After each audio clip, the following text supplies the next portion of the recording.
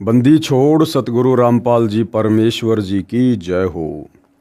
भाइयों और बहनों, पुस्तक भोगेगा अपना कियारे, इस पर वीडियो बनाने की श्रृंखला जारी है।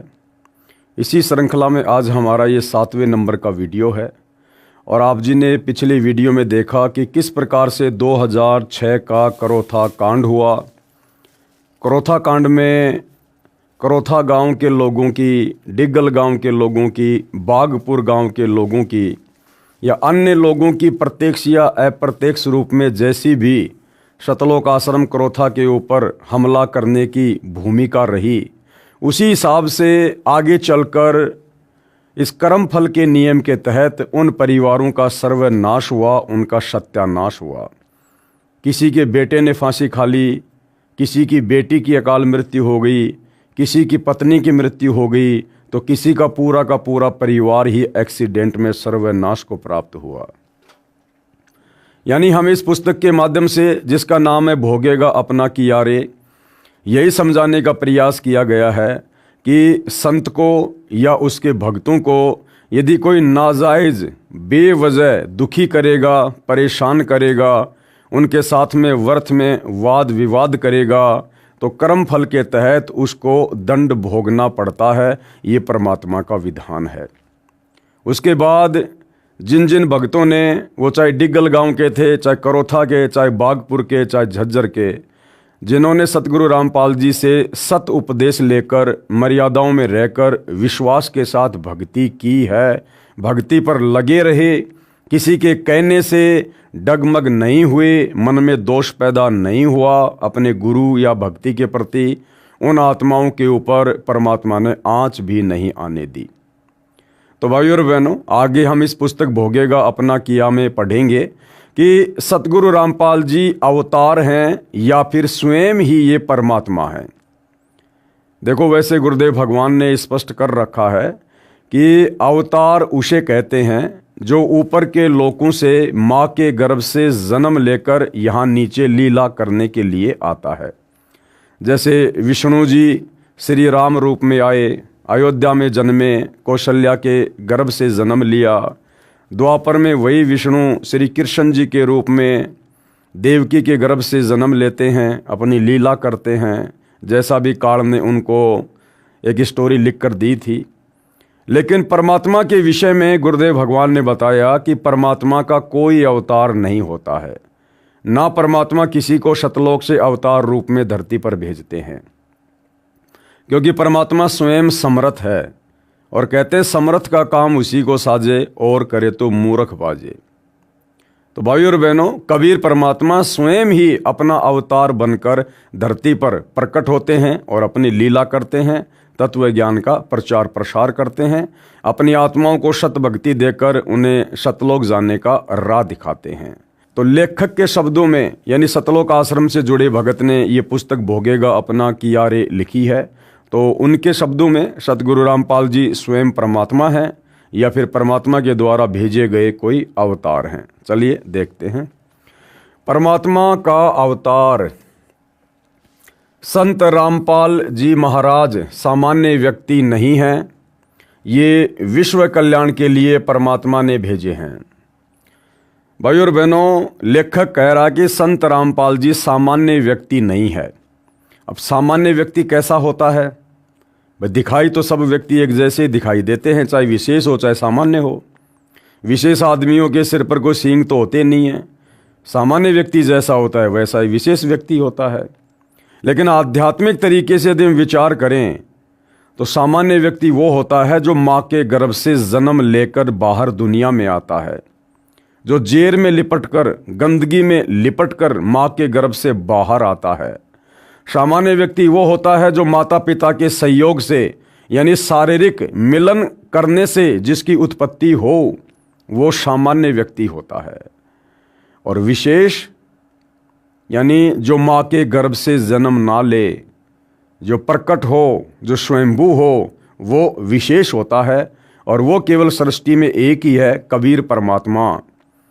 वो लीला भले हमारी चरम दृष्टि को धोखा देते हुए कुछ भी करे, लेकिन वो कबीर परमात्मा जब धरती पर प्रकट होता है तो किसी माँ के गर्भ से जन्म लेकर नहीं आता है। तो सामान्य व्यक्ति कौन? जो माँ के गर्भ से जन्म लेकर आता है। तो लेखक के अनुसार सतगुरु रामपाल जी सामान्य व्यक्ति नहीं हैं, ये विश्व कल्याण के लिए परमात्मा ने भेजे हैं, विश्व कल्याण के लिए परमात्मा ने भेजे हैं। हालांकि लेखक के द्वारा ये कहना कि संत रामपाल जी को विश्व कल्याण के लिए परमात्मा ने भेजा है, ये लेखक की ज्ञानहीनता है। अभी लेखक को अपने गुरु के द्वारा दिया गया तत्व ज्ञान अच्छे से समझ में नहीं आया है। अन्यथा भाइयों और बहनों, यदि हम चारों युगों का इतिहास उठाकर देखें और परमात्मा का भक्ति विधान अगर गहरी नज़र से देखें, पढ़ें, समझें, तो कबीर परमात्मा जी ने सतलोक से किसी को भी अवतार के रूप में धरती पर नहीं भेजा है। किसी भी आत्मा को सतलोक से इस काल लोक की आत्माओं को मुक्त करवाने के लिए संदेशवाहक के रूप में, अवतार के रूप में नहीं भेजा है। अपने ज्ञान का दूत, अपने ज्ञान का संदेशवाहक ये कबीर परमात्मा स्वयं ही सतलोक से चलकर पृथ्वी पर आता है। चलिए मान लेते हैं लेखक के अनुसार अध्यात्म को थोड़ा समझने के लिए कि संत रामपाल जी को लेखक के अनुसार परमात्मा ने धरती पर विश्व कल्याण के लिए भेजा है। तो कौन परमात्मा है जिसने संत रामपाल जी को धरती पर भेजा है?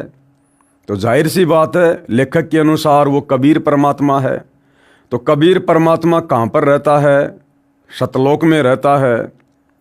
और संत रामपाल जी को कबीर परमात्मा ने कहाँ से भेजा होगा विश्व कल्याण के लिए? जाहिर सी बात है, सतलोक से भेजा होगा। तो सतलोक में कौन आत्माएं रहती हैं? सतलोक में सारी आत्माएं वो हैं जो मोक्ष प्राप्त कर चुकी हैं, अर्थात जिनका 21 ब्रह्मांड से किसी प्रकार का कोई लेन देन नहीं है, कोई ऋण संबंध किसी भी प्रकार का नहीं है। तो लेखक के अनुसार यदि संत रामपाल जी को विश्व कल्याण के लिए कबीर परमात्मा ने सतलोक से भेजा है, तो सतगुरु रामपाल जी स्वयं कौन हुए? एक मोक्ष प्राप्त आत्मा हुई। अब सतलोक से आई हुई मोक्ष प्राप्त आत्मा यानी सतगुरु रामपाल जी फिर इस काल लोक में, पृथ्वी लोक पर एक माँ के गर्भ से जन्म लेकर बाहर कैसे आएंगे? क्योंकि माँ के गर्भ से जन्म लेने का मतलब है पहले गर्भ में 9 महीने भयंकर नरक भोगना, कष्ट भोगना, ऊपर को पैर नीचे को सिर, भयंकर यातना। तो सतगुरु रामपाल जी तो लेखक के अनुसार परमात्मा ने सतलोक से भेजे हैं, तो वे तो मोक्ष प्राप्त आत्मा हैं। उनका भला फिर काललोक में किसी स्त्री के साथ में क्या ऋण संबंध बाकी रह गया जो परमात्मा ने वापस माँ के गर्भ में उनको नरक की पीड़ा देते हुए फिर बाहर भेजना पड़ा? और यदि किसी स्त्री के साथ सतगुरु रामपाल जी का पहले का कोई ऋण संबंध था, तो फिर सतगुरु रामपाल जी का मोक्ष कैसे हुआ जो सतलोक चले गए होंगे? सतलोक तो वही जा सकता है जिसका सारा ऋण संबंध समाप्त हो जाता है। तो भाइयों और बहनों, ये लेखक की यानी भगत की अपनी ज्ञानहीनता है। उसने अभी सतगुरु रामपाल जी के तत्व ज्ञान को गहराई से नहीं समझा है, इसलिए वो अपने विचार व्यक्त कर रहा है। हमारी ड्यूटी परमात्मा ने इन पुस्तकों पर वीडियो बनाने की इसलिए लगाई है कि हम अपने गुरुदेव के आशीर्वाद से उनके ज्ञान को आधार बनाकर नीर खीर का निबेरा करते हुए सतभक्ति मार्ग को समझें और विश्वास के साथ फिर हम आगे बढ़ें। ये विश्व कल्याण के लिए परमात्मा ने भेजे हैं। संत रामपाल जी महाराज के विषय में भविष्य वक्ता क्या कहते थे? परमात्मा ने स्वयं बताया है कि जिस समय कलयुग 5505 वर्ष बीत जाएगा तब मैं अपना अंश अर्थात कृपया पात्र महापुरुष भेजूंगा। लेखक के अनुसार जब कलयुग 5505 वर्ष बीत जाएगा, और कलयुग के 5505 वर्ष व्यतीत होते हैं सन 1997 में, तो लेखक कह रहा कि परमात्मा ने कहा है कि जब कलयुग का 5505 वर्ष वाला समय व्यतीत हो जाएगा, उस समय मैं अपना अंश भेजूंगा, सतलोक से अपनी आत्मा भेजूंगा, अपना दास भेजूंगा पृथ्वी पर ज्ञान प्रचार के लिए। तो भाई 1997 में कलयुग के 5505 वर्ष पूरे होते हैं, तो 1997 में कबीर परमात्मा ने सतलोक से अपना हंस भेजना था, और वो हंस लोग समझ रहे हैं संत रामपाल जी को।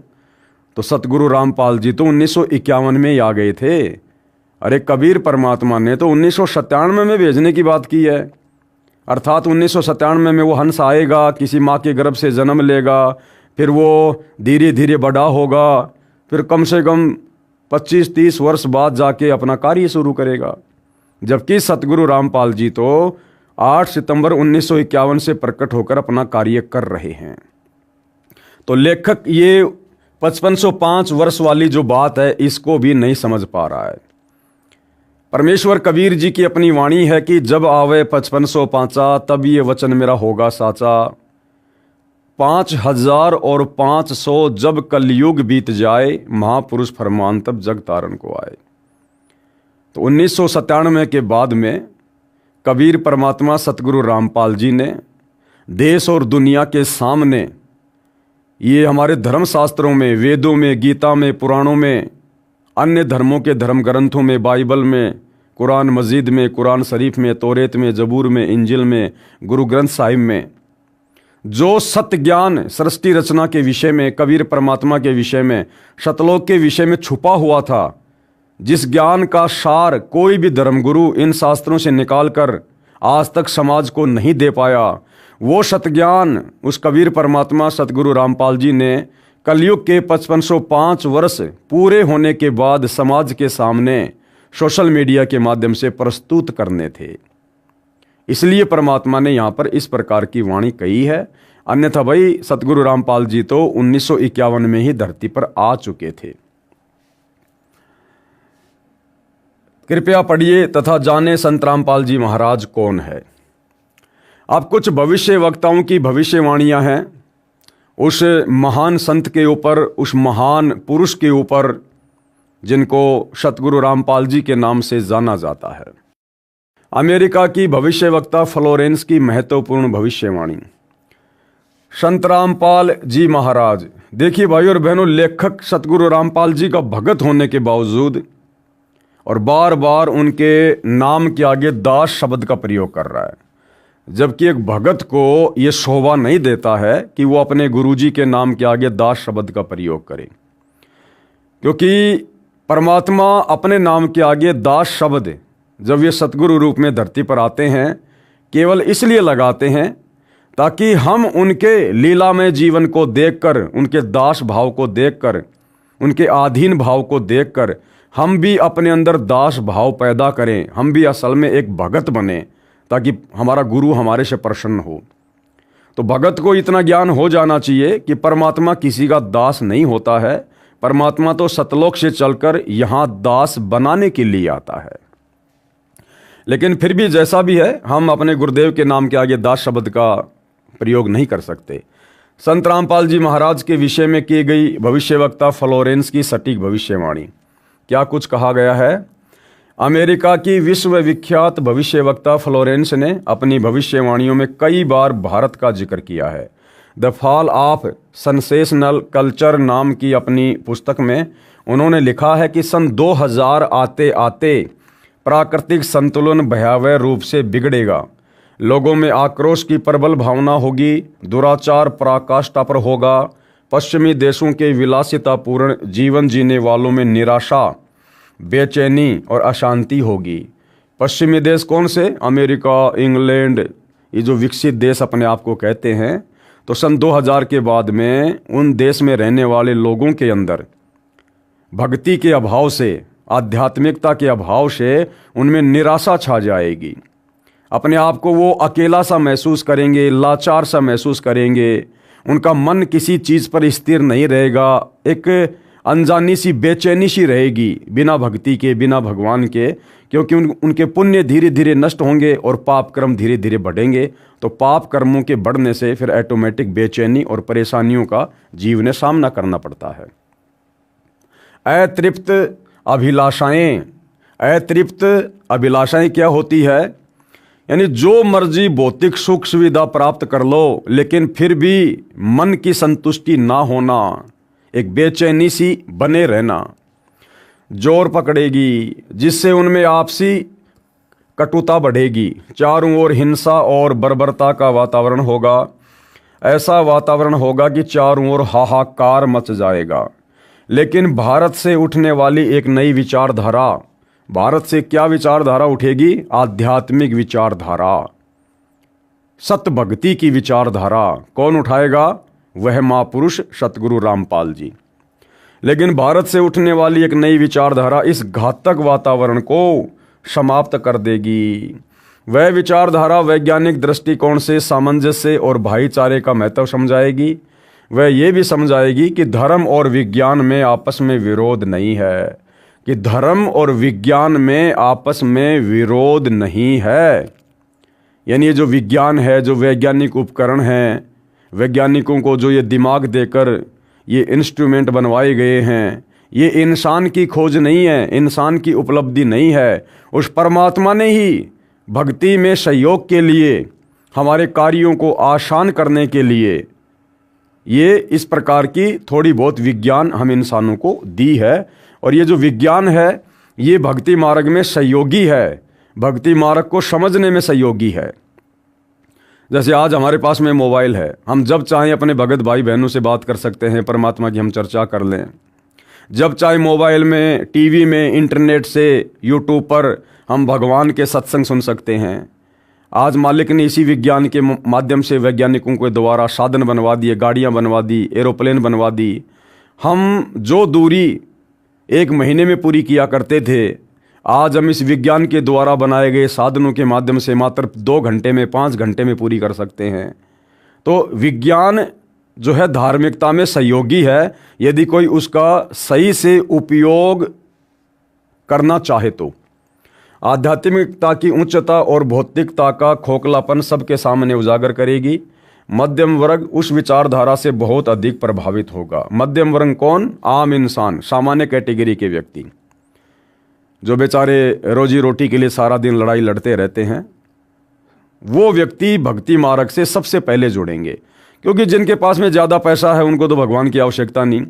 जो बिल्कुल गरीब है उनकी सोच भक्ति और भगवान तक जाती नहीं। तो बीच वाला जो व्यक्ति है, जो ना सुख में है, ना दुख में है, ना ऊंचा है, ना नीचा है, ना अमीर है, ना गरीब है, तो वो मध्यम वर्गीय व्यक्ति भक्ति को जल्दी ग्रहण करेगा। मध्यम वर्ग उस विचारधारा से बहुत अधिक प्रभावित होगा। ये वर्ग समाज के सभी वर्गों को अच्छे समाज के निर्माण के लिए उत्प्रेरित करेगा। ये विचारधारा पूरे विश्व में चमत्कारी परिवर्तन लाएगी, यानी भक्ति से ही विश्व का भला होगा। मुझे अपनी छठी अतीन्द्रिय शक्ति से ये एहसास हो रहा है कि इस विचारधारा को जन्म देने वाला वह महान संत भारत में जन्म ले चुका है।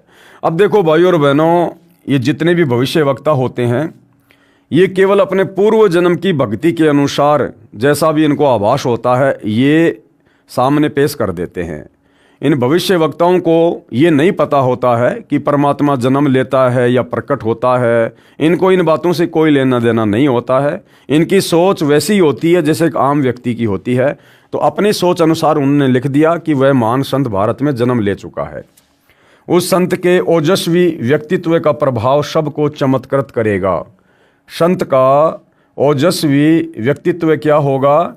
यानी संत के अंदर जो पावर है, जो शक्ति है, जैसे गुरुदेव भगवान आशीर्वाद मात्र से बड़े रोगी को स्वस्थ कर देते हैं।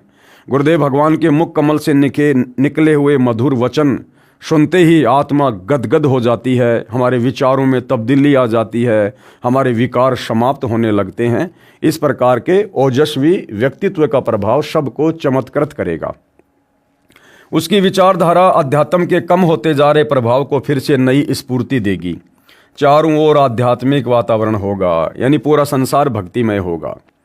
संत की विचारधारा से प्रभावित लोग विश्व के कल्याण के लिए पश्चिम की ओर चलेंगे। पश्चिम की ओर चलने का मतलब है आगे देश और दुनिया को संदेशा देंगे। धीरे धीरे एशिया, यूरोप और अमेरिका पर पूरी तरह छा जाएंगे। उस संत की विचारधारा से पूरा विश्व प्रभावित होगा और उनके चरण चिन्हों पर चलेगा, यानी संत के पद चिन्हों पर चलेगा, उनकी शिक्षाओं पर चलेगा। पश्चिमी देश के लोग उन्हें ईसा, मुसलमान उन्हें एक सच्चा रहनुमा और एशिया के लोग उन्हें भगवान का अवतार मानेंगे। उस महान संत की विचारधारा से बौद्धिक क्रांति आएगी। बौद्धिक क्रांति का मतलब है आदमी की सोच जो है वो बदलेगी। आदमी इस भौतिकतावाद से हटकर आध्यात्मिकता की तरफ आएगा, बढ़ेगा, भक्ति पर लगेगा। बुद्धिजीवियों की मान्यताएं बदलेंगी, उनमें ईश्वर के प्रति श्रद्धा और विश्वास की कोपलें फूटेंगी। बुद्धिजीवियों की मान्यता बदलेगी, यानी वर्तमान में आज इंसान पढ़ लिख कर और अपने आप को भगवान मान चुका है, खुदा मान चुका है कि भाई पैसा ही सब कुछ है, विज्ञान ही सब कुछ है, कुछ नहीं रखा भक्ति वक्ति में, बाबा लोग कुछ नहीं है, तो सतगुरु रामपाल जी के सत्संग सुनकर जो अभूतपूर्व लाभ उनको प्राप्त होंगे, जो उनके जीवन में जो चेंजमेंट आएंगे, उस आधार से उन पढ़े लिखे लोगों की भी सोच बदलेगी कि भैया विज्ञान तो अध्यात्म के पैर के नाखून के बराबर भी नहीं है, और जो काम भक्ति से हो सकते हैं वो यहाँ की जान पहचान से, मंत्री प्रधानमंत्री के जैक चैक से लाख जन्म में नहीं हो सकते। और उनकी भी जो श्रद्धा है वो उस महापुरुष के प्रति बढ़ेगी। फ्लोरेंस के अनुसार वह संत भारत में जन्म ले चुके हैं, वह इस संत से काफ़ी प्रभावित थी। प्रभावित होने का मतलब फ्लोरेंस कभी उनसे मिली नहीं, सतगुरु रामपाल जी से, उस महापुरुष से कभी भी फ्लोरेंस का मिलाप नहीं हुआ है। फ्लोरेंस तो कब की दुनिया छोड़ के जा चुकी है। प्रभावित होने का मतलब है जब वो अपनी आध्यात्मिक दृष्टि से देखा करती थी सौपन के तरह वर्तमान में सतगुरु रामपाल जी को, उनके व्यक्तित्व को, तो सौपन के माध्यम से अपनी समाधि अवस्था में वो जैसा भी ध्यान लगाया करती थी, उनको दिखाई देता था, उन सबको देखकर विचार कर वो बहुत ज़्यादा प्रभावित होती थी। अपनी एक पुस्तक golden light of new era में भी उन्होंने लिखा है, जब मैं ध्यान लगाती हूँ तो अक्सर एक संत को देखती हूँ। किसको? सतगुरु रामपाल जी को। यानी वर्तमान में सतगुरु रामपाल जी का जो रूप, जो स्वरूप है, वो बहन फ्लोरेंस, अमेरिका की भविष्यवक्ता, सैकड़ों वर्ष पहले वो ध्यान समाधि के माध्यम से देखा करती थी। गौर वर्ण का है, सफ़ेद बाल हैं, उसके मुख पर न दाढ़ी है न मूछ है। उस संत के ललाट यानी माथे पर गजब का तेज होता है। उनके ललाट पर आकाश से एक नक्षत्र के प्रकाश की किरणें निरंतर बरसती रहती हैं। मैं देखती हूँ कि वह संत अपनी कल्याणकारी विचारधारा तथा अपने सत्य चरित्र प्रबल अनुयायियों की शक्ति से संपूर्ण विश्व में नए ज्ञान का प्रकाश फैला रहे हैं। वह संत अपनी शक्ति निरंतर बढ़ा रहे हैं। बढ़ाने का मतलब है उनके भक्तों की संख्या धीरे धीरे धीरे धीरे बढ़ रही है, यानी पृथ्वी पर भक्तिमय वातावरण धीरे धीरे बढ़ रहा है। उनमें इतनी शक्ति है कि वह प्राकृतिक परिवर्तन भी कर सकते हैं। उनमें इतनी शक्ति है कि वे प्राकृतिक परिवर्तन भी कर सकते हैं। भाई परमात्मा हैं, परमेश्वर हैं, प्रकृति तो उनके अधीन है, उनकी नौकर है। जैसा वो चाहेंगे वैसा ही ये पांचों तत्व पृथ्वी, अग्नि, जल, वायु, आकाश कार्य करेंगे। तो क्या लिखा जा रहा है? फ्लोरेंस क्या कह रही है कि उस महापुरुष में, उस संत में इतनी शक्ति है कि वह प्राकृतिक परिवर्तन भी कर सकते हैं। अब भाइयों और बहनों, जैसे वर्तमान में हरियाणा में बाढ़ आई, गांव के गांव बाढ़ के पानी से दुखी हुए, परेशान हुए। अगर हरियाणा के लोग समय रहते सतगुरु रामपाल जी के ज्ञान को समझकर उनकी शरण में आ जाते, अगर वो भक्ति पर लग जाते और मर्यादाओं में रहकर भक्ति करते और करोथा कांड या बरवाला कांड जैसी घटनाओं को काल प्रेरणा से जन्म ना देते, तो भाइयों और बहनों, आज हरियाणा में लोगों को बाढ़ का सामना नहीं करना पड़ता। क्योंकि ये वही महापुरुष है जिसके विषय में फ्लोरेंस कह रही है कि वह प्राकृतिक परिवर्तन को भी रोक सकता है। अगर बाढ़ आनी हो, वो संत अपने आशीर्वाद से, अपनी शक्ति से उसे सामान्य समय में तब्दील कर सकता है। भूकंप आना हो, वो संत उसे भी रोक सकता है। कोई भयंकर आंधी, तूफान, बरसात, अतिवृष्टि, ओलावृष्टि, महामारी आनी हो, वो संत उसे भी रोक सकता है। यानी उसकी शक्ति इतनी प्रबल है। वह अपना कार्य वैज्ञानिक ढंग से करेंगे। वैज्ञानिक ढंग से यानी हर चीज़ के वो सबूत पेश करेंगे, वो प्रमाणित तरीकों से पेश करेंगे, स्पष्ट रूप से चमत्कार नहीं करेंगे। उनकी कृपया और प्रयत्नों से मानवीय सभ्यता में नई जागृति आएगी। जैसे आप और हम भगत भाई बहनों में नई जागृति आ चुकी है। हम कितने विषय विकारी थे, कितने कुकर्मी थे, हमारा स्वभाव राक्षस जैसा था। सतगुरु रामपाल जी से उपदेश लेने के बाद, उनका ज्ञान समझने के बाद, उन्होंने हमको काग से हंस बना दिया है। विश्व के समस्त जन समूह में नई चेतना का संचार होगा। यानी आने वाले समय में पूरा विश्व ऐसा ही हो जाएगा जैसा वर्तमान में हम साथ संगति से जुड़े उनके भगत हैं।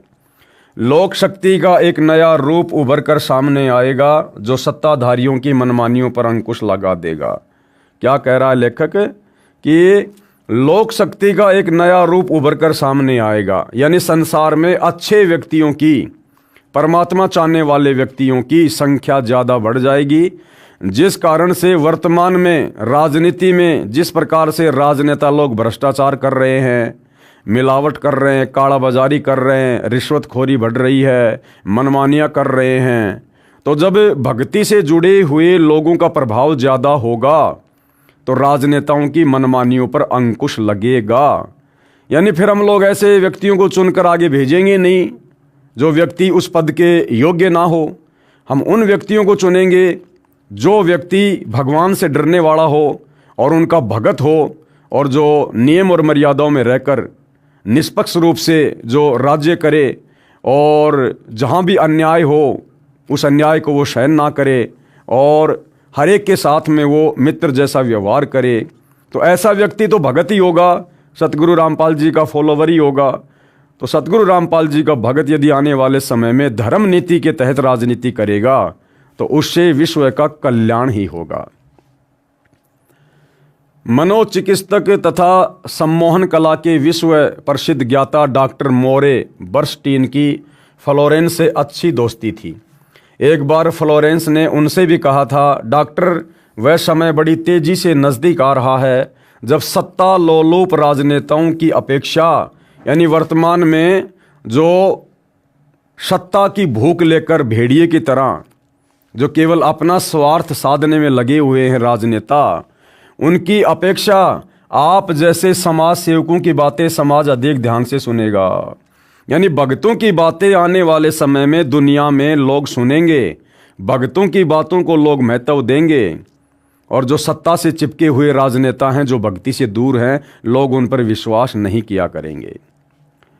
21वीं सदी के आते आते एक नई विचारधारा पूरे विश्व को प्रभावित करेगी। हर राष्ट्र में सच्चरित्र धार्मिक लोगों का संगठन लोगों के दिमाग में बैठी गलत मान्यताओं को बदल देगा। यानी जो लोग शास्त्र विरुद्ध साधना कर रहे हैं, उन लोगों की विचारधारा को जो उस महापुरुष के भगत हैं वो ज्ञान प्रचार के माध्यम से उनको ज्ञान समझाकर उनकी उन गलत शास्त्र विरुद्ध विचारधाराओं वाली मान्यताओं को बदल देंगे और परमात्मा से जोड़ेंगे। ये विचारधारा भारत से प्रस्फुटित होगी। यानी सबसे पहले संत का प्रचार प्रसार कहाँ से होगा? भारत देश से होगा, वहीं से पूरे विश्व में फैलेगी। मैं उस पवित्र स्थान पर एक प्रचंड तपस्वी को देख रही हूँ जिसका तेज बड़ी तेजी से फैल रहा है। मैं उस पवित्र स्थान पर, कौन सा पवित्र स्थान? सतलोक आश्रम बरवाला, जिला हिसार, हरियाणा, उसके विषय में यहाँ पर बात हो रही है। मैं उस पवित्र स्थान पर एक प्रचंड तपस्वी को देख रही हूँ जिसका तेज यानी जिसका ज्ञान बड़ी तेजी से फैल रहा है। मनुष्य में सोए देवत्व को जगाने तथा धरती का स्वर्ग जैसा बनाने के लिए वह संत दिन रात प्रयत्न कर रहे हैं। यानी सतगुरु रामपाल जी का सबसे ज़्यादा जो प्रचार प्रसार है वो सतलोक आश्रम बरवाला से हुआ है।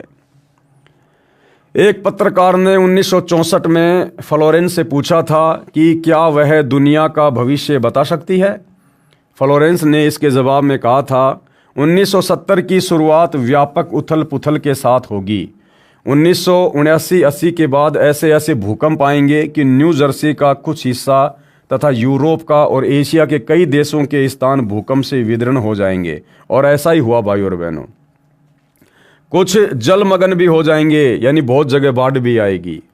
तीसरा विश्व युद्ध का आतंक सबके दिमाग में बैठ जाएगा, जैसा कि वर्तमान में बैठा हुआ है, और वे इस युद्ध की तैयारी करेंगे। लेकिन भारतीय राजनेता, अब ध्यान देना भाई और बहनों, फ्लोरेंस कह रही है कि आने वाले उस समय में, यानी वर्तमान समय का वो जिक्र कर रही है कि तीसरे विश्व युद्ध का खौफ यानी डर सबके दिलो दिमाग में बैठ जाएगा कि भैया अब तो ये तीसरा विश्व युद्ध होकर ही रहेगा। लेकिन उस समय क्या होगा? लेकिन भारतीय राजनेता अपने प्रभाव और बुद्धि से तीसरे विश्व युद्ध को टालने में सफल हो जाएंगे। कौन भारतीय राजनेता? ये वर्तमान के राजनेता नहीं, ये कांग्रेस पार्टी, बीजेपी पार्टी, इनके राजनेता नहीं। जब तीसरा विश्व युद्ध अपने पीक टाइम पर होगा, लोगों को लगेगा कि ये बिल्कुल घटना घटित होकर रहेगी। ऐसे में भाइयों और बहनों, क्योंकि ये युग परिवर्तन का समय चल रहा है, अब आने वाले समय में इन राजनेताओं के बस की बात नहीं है। उस समय सतगुरु रामपाल जी के भक्तों के हाथों में ये सत्ता आ जाएगी और भक्ति के प्रभाव से, सतगुरु रामपाल जी के आशीर्वाद से फिर इस प्रकार की आपत्तियां दूर होंगी, वो टलेंगी। तीसरे विश्व युद्ध के शुरू होने तक भारत के शासन की बागडोर, यानी तीसरा विश्व युद्ध शुरू होने वाला होगा, उस समय तक भारत के शासन की बागडोर, यानी भारत का जो भी कोई प्रधानमंत्री होगा, राष्ट्रपति होगा, जो भी शासक होगा, आध्यात्मिक प्रवृत्ति के लोगों के हाथ में होगी। भारत के शासन की बागडोर आध्यात्मिक प्रवृत्ति के लोगों के हाथ में होगी। अब वर्तमान के राजनेता ये आध्यात्मिक प्रवृत्ति के लोग नहीं हैं, ये तो खाली लोक दिखावे के लिए, वोट प्राप्ति के लिए, जब चाहे मस्जिद में चले जाएं, जब चाहे मंदिरों में चले जाएं, ये आध्यात्मिकता नहीं है। तो सतगुरु रामपाल जी के भक्तों के हाथों में शासन की बागडोर आ जाएगी, इसलिए उनके प्रभाव से विश्व युद्ध टलेगा। वे शासक कौन होंगे? वो शासक जिनके हाथों में भारत की बागडोर होगी, वे शासक एक महान संत के ओजस्वी तथा क्रांतिकारी विचारधारा से प्रभावित होंगे। अब भाइयों और बहनों, चाहे सतगुरु रामपाल जी के भगत हों या चाहे वर्तमान के ये राजनेता हों, इनकी अपनी बुद्धि से, अपने दिमाग से, अपने प्रयत्नों से कुछ भी नहीं होने वाला है। तो जो परिवर्तन होगा वो संत जी के विचारों से प्रभावित व्यक्तियों के माध्यम से होगा। और वो व्यक्ति चाहे संत जी के भगत हों या चाहे वर्तमान के राजनेता, अंत में थक हार के ऊपर हाथ खड़े करके सतगुरु रामपाल जी के चरणों में गिड़गिड़ाकर उनसे उपदेश लेकर और प्रतिज्ञा करें, संकल्प करें कि अब हम जो शासन करेंगे आपके दिशा निर्देशन में करेंगे। तो जो इस प्रकार से संकल्प कर लेगा, सतगुरु जी से उपदेश ले लेगा, वो भी तो फिर उनका भगत ही हुआ, संत जी का ही भगत हुआ। तो चाहे वर्तमान का राजनेता हो जो आगे चलकर भगत बनकर इस प्रकार का शासन करे, या चाहे भगत हो जो धर्म नीति को अपनाकर राजनीति करे, वो संत जी के अनुयायी कहलाएंगे। उन्हीं के माध्यम से आपत्तियां टलेंगी। वे शासक एक महान संत के ओजस्वी तथा क्रांतिकारी विचारधारा से प्रभावित होंगे। वे उस संत के प्रति उसी तरह समर्पित होंगे जैसे वाशिंगटन स्वतंत्रता एवं मानवता के प्रति समर्पित थे। वाशिंगटन कौन? ये अमेरिका का प्रथम राष्ट्रपति था, और जिस प्रकार से वो अपने देश के प्रति समर्पित था, उसी प्रकार से आने वाले समय में भारत की शासन की बागडोर उन्हीं लोगों के हाथ में होगी जो सतगुरु रामपाल जी के प्रति पूर्णतया समर्पित होंगे। अमेरिका के शहर न्यू जर्सी की रहने वाली फ्लोरेंस सचमुच एक विलक्षण महिला थी, और एक बार नोबेल नाम के व्यक्ति ने टीवी कार्यक्रम के दौरान उनसे बोला, आप भारत में जन्म ले चुके संत के बारे में तो अक्सर बताती रहती हैं, मैं अपने बारे में कुछ जानना चाहता हूं, बताइए। तो देखिएगा किस प्रकार से फ्लोरेंस ने उस व्यक्ति के ऊपर बहुत ही सटीक भविष्यवाणी की। फ्लोरेंस ने उनके दाहिने हाथ को थाम लिया और बोली, आप बहुत जल्द किसी दूसरे राज्य से प्रसारण करेंगे। यानी जो वो व्यक्ति था वो एक टीवी चैनल पर एंकर था, और फ्लोरेंस ने उसका हाथ देकर कहा कि बहुत जल्दी आप यहाँ से हटकर किसी दूसरे राज्य में किसी टीवी चैनल पर ये कार्यक्रम दिखाने का कार्य किया करेंगे। नोबेल एक प्रसारण सेवा के कर्मचारी थे, यानी टीवी चैनल के एंकर थे। फ्लोरेंस की इस बात पर वह हंसने लगे। कुछ देर बाद बोले, आपने मुझसे ये अच्छा मजाक किया।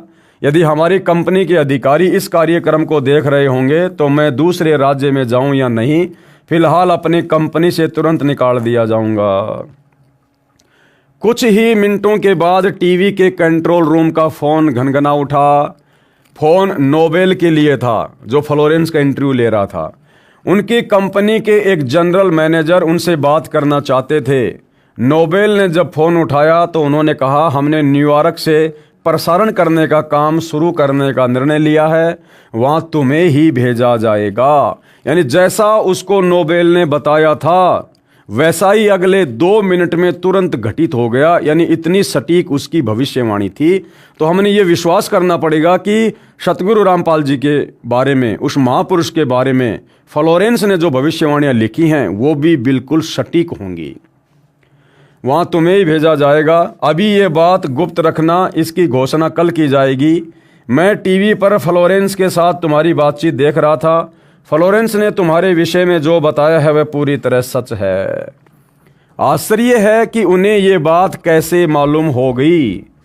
तो आम सांसारिक व्यक्ति को तो भाई और बहनों आश्चर्य होना स्वाभाविक है, लेकिन जो आध्यात्मिक क्षेत्र के जो लोग होते हैं उन्हें इन बातों का पता होता है कि आध्यात्मिक शक्ति से कुछ भी देखा जा सकता है। अपने पूर्व जन्म की भक्ति कमाई से आदमी किसी का भविष्य भी देख सकता है, बता भी सकता है। नोबेल फ्लोरेंस का चेहरा देखता रह गया। कुछ पत्रकारों ने उनसे एक बार पूछा था कि वह भविष्य को कैसे देख लेती है तथा गायब व्यक्ति या वस्तुओं का पता कैसे लगा लेती है। तो फ्लोरेंस ने बताया, मुझे स्वयं नहीं मालूम कि ऐसा कैसे संभव हो जाता है, क्योंकि भाई और बहनों वो इसके पूर्व जन्म की भक्ति कमाई है।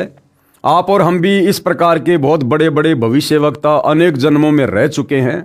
जैसे गोरखनाथ जी थे, वो आगे पीछे का बता दिया करते थे। रामचंद्र जी के गुरु वशिष्ठ थे, वो त्रिकालदर्शी थे, भूत भविष्य की बता दिया करते थे।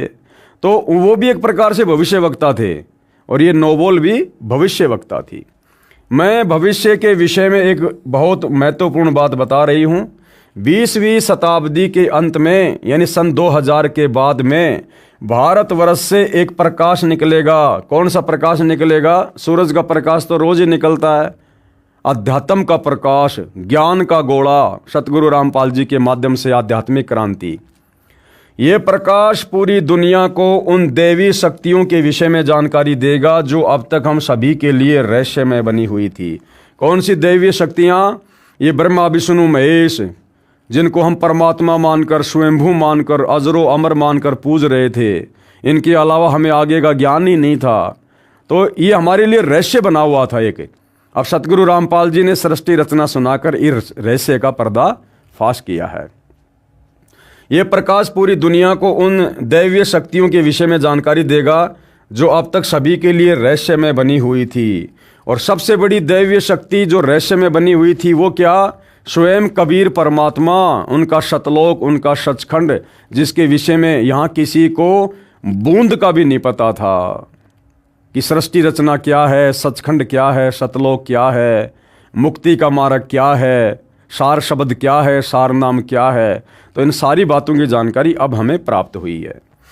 देवी शक्तियों की जानकारी जो संत रामपाल जी महाराज द्वारा बताई गई है, एक दिव्य महापुरुष द्वारा ये प्रकाश पूरे विश्व में फैलेगा। वह सभी को सतमार्ग पर चलने की प्रेरणा देगा। समस्त दुनिया में एक नई सोच की ज्योति फैलेगी। जब मैं ध्यान अवस्था में होती हूँ यानी समाधि में होती हूँ तो अक्सर यह दिव्य महापुरुष मुझे दिखाई देता है।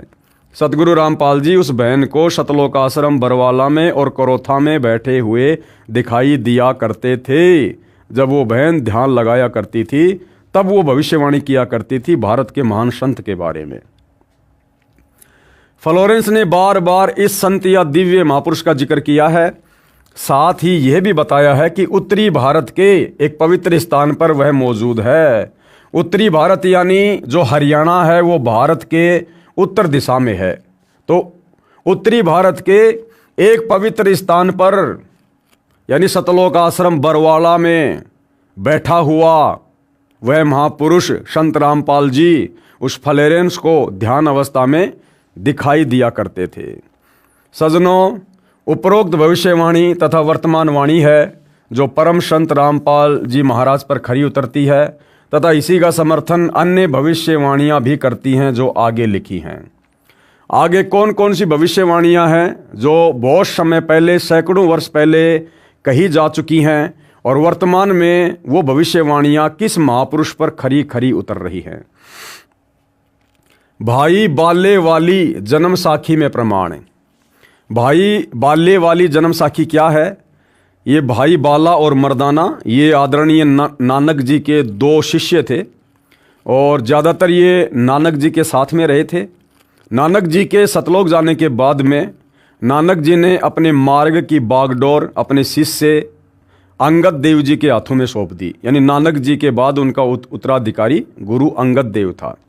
तो अंगद देव जी को फिर सारी की सारी बातें भाई बाला ने बैठकर बताई और अंगद जी ने उनको एक पुस्तक के रूप में लिपिबद्ध कर दिया कि श्री नानक जी के जीवन काल में क्या क्या घटनाएं घटित हुई, वो कहाँ कहाँ गए, किन किन से मिले, कैसे कैसे चमत्कार किए, वो सारी बातें फिर बालाजी से सुनकर अंगद जी ने एक पुस्तक के रूप में लिपिबद्ध कर दी, जिसको भाई बाले वाली जन्म साखी कहा जाता है। एक महापुरुष के विषय में भाई बाले वाली जन्म साखी में प्रहलाद भगत की भविष्यवाणी। एक महापुरुष के विषय में यानी सतगुरु रामपाल जी के विषय में और भगत प्रहलाद जो त्रेता युग में हुआ था, जिसको परमात्मा ने नरसिंह रूप धारण करके बचाया था, उसकी रक्षा की थी। बाद में परमात्मा ने ऊपर उसके लिए अलग से एक नगरी रच दी, प्रहलादपुरी, प्रहलाद का लोक। तो एक बार नानक जी अपने शिष्य मर्दाना को साथ में लेकर प्रहलाद के लोक में गए थे, ऊपर जो यहाँ से लाखों किलोमीटर ऊपर है, अपनी आध्यात्मिक शक्ति से, सिद्धि शक्ति से। और प्रहलाद जी ने फिर क्या भविष्यवाणी की थी वर्तमान महापुरुष सतगुरु रामपाल जी के विषय में, वो यहाँ पर बताया जा रहा है। सिख समाज के लिए जन्म साखी भाई बाले वाली इतनी ही महत्वपूर्ण है जितनी हिंदू समाज के लिए श्रीमद् भगवद गीता। श्री गुरु ग्रंथ साहिब जी के पश्चात इस जन्म साखी पुस्तक का दूसरा स्थान है। भाई बाले वाली जन्म साखी में लिखा गया विवरण स्पष्ट करता है कि संत रामपाल जी महाराज ही वह अवतार है जिन्हें परमेश्वर कबीर जी तथा संत नानक जी के पश्चात पंजाब की धरती पर अवतरित होना था। संत रामपाल जी महाराज 8 सितंबर 1951 को गांव धनाना, जिला सोनीपत, हरियाणा प्रांत, उस समय पंजाब प्रांत में था, भारत की पवित्र धरती पर श्री नंदराम जाट के घर जाट वर्ण में श्रीमती इंद्रो देवी की कोख से जन्मे। अब भाइयों और बहनों, इंद्रो देवी की कोख से जन्मे, ये शब्द लेखक के अपने निजी विचार हैं, लेखक की ज्ञानहीनता है। सतगुरु रामपाल जी का जन्म किसी स्त्री की कोख से नहीं हुआ है। जिसका स्त्री की कोख से जन्म होता है वो महापुरुष नहीं होता है, क्योंकि महापुरुष तो सृष्टि में केवल एक ही है, कबीर परमात्मा। और कबीर परमात्मा ने तो सबको उत्पन्न किया है। दुनिया की कोई भी स्त्री कबीर परमात्मा को 9 महीने तो छोड़िए, 1 सेकंड के लिए भी अपने पेट में रखने में सक्षम नहीं है। तो यहाँ लेखक की अपनी नादानी है, ज्ञानहीनता है। यहाँ पर सतगुरु रामपाल जी के विषय में जिक्र है। ये स्वयं स्वयंभू परमात्मा है, ये किसी माँ के गर्भ से जन्म लेकर नहीं आते हैं, ये प्रकट होते हैं। लीला परमेश्वर हमारी चरम दृष्टि को धोखा देने के लिए जो मर्जी करें। इस विषय में जन्म साखी भाई बाले वाली हिंदी वाली में, जिसके प्रकाशक हैं भाई जवाहर सिंह कृपाल सिंह एंड कंपनी, पुस्तकां वाले बाजार माई सेवा अमृतसर पंजाब, तथा पंजाबी वाले के प्रकाशक हैं भाई जवाहर सिंह कृपाल सिंह, पुस्तकां वाले गली 8 बाग रामानंद अमृतसर पंजाब। अब इसमें क्या लिखा हुआ है उस महापुरुष सतगुरु रामपाल जी के विषय में? इसमें लिखा अमर लेख इस प्रकार है। एक समय भाई बाला तथा मर्दाना को साथ लेकर सतगुरु नानक देव जी भगत प्रहलाद जी के लोक में गए, जो पृथ्वी से कई लाख कोस दूर अंतरिक्ष में है। प्रहलाद ने कहा कि हे नानक जी, आपको परमात्मा ने दिव्य दृष्टि दी तथा कलयुग में बड़ा भगत बनाया है। आपका कलयुग में बहुत प्रताप होगा। यहाँ पर प्रहलाद के लोक में पहले कबीर जी आए थे, यानी नानक जी से पहले भगत प्रहलाद के लोक में कबीर परमात्मा भी जाकर आ चुके थे। तो भगत प्रहलाद कह रहा कि आपसे पहले यहाँ पर जो है कबीर जी भी आए थे, या आज आप आए हो और एक और आएगा। ये ध्यान देना भाई और बहनों। भगत प्रहलाद ने क्या कहा कि नानक जी, आपको परमात्मा ने कलयुग में बड़ा भगत बनाया है। आपसे पहले यहाँ कबीर जी आए थे मेरे लोक में, आज आप आए हो और आगे एक और आएगा, इनके अलावा कोई भी मेरे लोक में नहीं आ सकता। और भाई और बहनों, ये तीनों की तीनों शक्तियां एक ही हैं। चाहे कबीर कहो, चाहे नानक कहो, चाहे सतगुरु रामपाल जी कहो, ये तीनों महापुरुष एक ही थे, बस लीलाएं इन्होंने अपने आप को भिन्न भिन्न दर्शाते हुए की हैं। अन्यथा प्रहलाद के लोक में कबीर परमात्मा के अलावा दूसरा कोई नहीं जा सकता, क्योंकि प्रहलाद का लोक कहाँ है अंतरिक्ष में, इस काल को भी नहीं पता है। क्योंकि वो लोक, वो प्रहलादपुरी परमात्मा कबीर जी ने भगत प्रहलाद के लिए रची थी, इस काल ने नहीं रची। और जिस प्रकार इस काल को 21 ब्रह्मांड में जो मिनी सतलोक है वो कहाँ है उसके विषय में नहीं पता, इसी प्रकार भगत प्रहलाद के लिए रचे गए इस प्रहलाद लोक का भी काल को नहीं पता। कबीर परमात्मा ने रचा है तो केवल कबीर परमात्मा ही जा सकता है। तो पहले कबीर परमात्मा गए, उसके बाद कबीर परमात्मा ने ही नानक जी के रूप में सारी लीला की। जब नानक जी को सतलोक दिखाने के लिए ले गए तो उनकी आत्मा को तो परमात्मा ने मिनी सतलोक में बैठा दिया और खुद ही फिर नानक जी के रूप में पूरी लीला कर रहे थे। अन्यथा एक भगत नानक, एक भगत, एक जीव भला कैसे अपने 2 शिष्य बाला मर्दाना को लेकर और प्रहलाद के लोक में लाखों किलोमीटर ऊपर चला जाएगा। भगत की कुछ मर्यादा होती हैं। अगर नानक जी उस समय एक सामान्य जीव होते, आत्मा होती, भगत होते, भगत कभी भी मर्यादाओं का उल्लंघन नहीं करता है। तो नानक जी के रूप में स्वयं कबीर परमात्मा थे और ये समस्त सिद्धियों के स्वामी हैं, इनके ऊपर कोई नियम और मर्यादा लागू नहीं होती है। तो नानक जी के रूप में भी खुद कबीर परमात्मा ही थे जो भगत प्रहलाद के लोक में गए थे। और परमात्मा कबीर जी चाहे नानक के रूप में हो, चाहे संत रामपाल जी के रूप में हो, चाहे स्वयं हो, वो चाहे जिनको अपने साथ लेकर जा सकते हैं। जैसे नानक जी के रूप में कबीर जी बाला और मर्दाना को लेकर गए थे। तो भगत प्रहलाद ने क्या कहा, यहां पर प्रहलाद के लोक में पहले कबीर जी आए थे या आज आप आए हो, एक और आएगा। अब वो एक और जो आएगा वो कौन है? एक और आएगा वो है सतगुरु रामपाल जी स्वयं कबीर परमात्मा। यानी सतगुरु रामपाल जी भी भगत प्रहलाद के लोक में जाएंगे। भविष्यवाणी में लिखा है, पूर्व निर्धारित है, अपने कुछ भक्तों को भगत प्रहलाद के लोक में साथ लेकर जाएंगे। आने वाला जो शेष, जो ये कलयुग है, हजारों साल जो भक्ति मार्ग चलेगा, उन आत्माओं को दृढ़ करने के लिए, उनको विश्वास दिलाने के लिए कि सतगुरु रामपाल जी कौन महापुरुष थे, स्वयं परमात्मा थे। तो ये उदाहरण भी सतगुरु रामपाल जी आने वाले समय में पेश करेंगे। और वो कौन कौन आत्माएं होंगी जो अपने सतगुरु के साथ में भगत प्रहलाद के लोक में जाएंगी। एक और आएगा जो आप दोनों जैसा ही महापुरुष होगा। क्या कह रहे हैं? आप दोनों जैसा ही महापुरुष होगा। अब कबीर जैसा तो कोई दूसरा हो ही नहीं सकता भाई, कबीर तो सृष्टि में एक ही है, उसके जैसा कोई दूसरा हो ही नहीं सकता। अगर हो गया तो फिर वो भी फिर परमात्मा हो गया, भगवान हो गया। तो भगत प्रहलाद जी क्या कह रहे हैं कि एक और आएगा जो आप दोनों जैसा ही होगा, यानी तीनों शक्तियां एक ही हैं, कबीर परमात्मा। इन तीनों के अतिरिक्त यहां मेरे लोक में कोई नहीं आ सकता। भगत बहुत हो चुके हैं, आगे भी होंगे, परंतु यहां मेरे लोक में वही पहुंच सकता है जो इन जैसी महिमा वाला होगा। और कोई नहीं आ सकता, यहां नहीं पहुंच सकता। इसलिए इन तीनों के अतिरिक्त यहां कोई नहीं आ सकता। मर्दाने ने पूछा कि हे प्रहलाद जी, कबीर जी तो जुलाहा थे, नानक जी जो है वो खत्री हैं, वह तीसरा किस वर्ण यानी जाति से तथा किस धरती पर अवतरित होगा?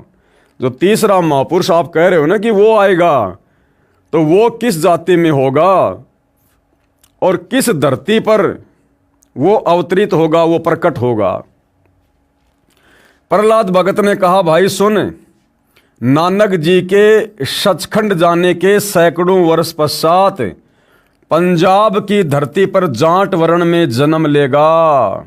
क्या करेगा? पंजाब की धरती पर जाट वर्ण में जन्म लेगा। अब आप सोच रहे होंगे सतगुरु रामपाल जी तो हरियाणा की धरती पर आए हैं, यहाँ तो प्रहलाद जी पंजाब की धरती का नाम ले रहे हैं।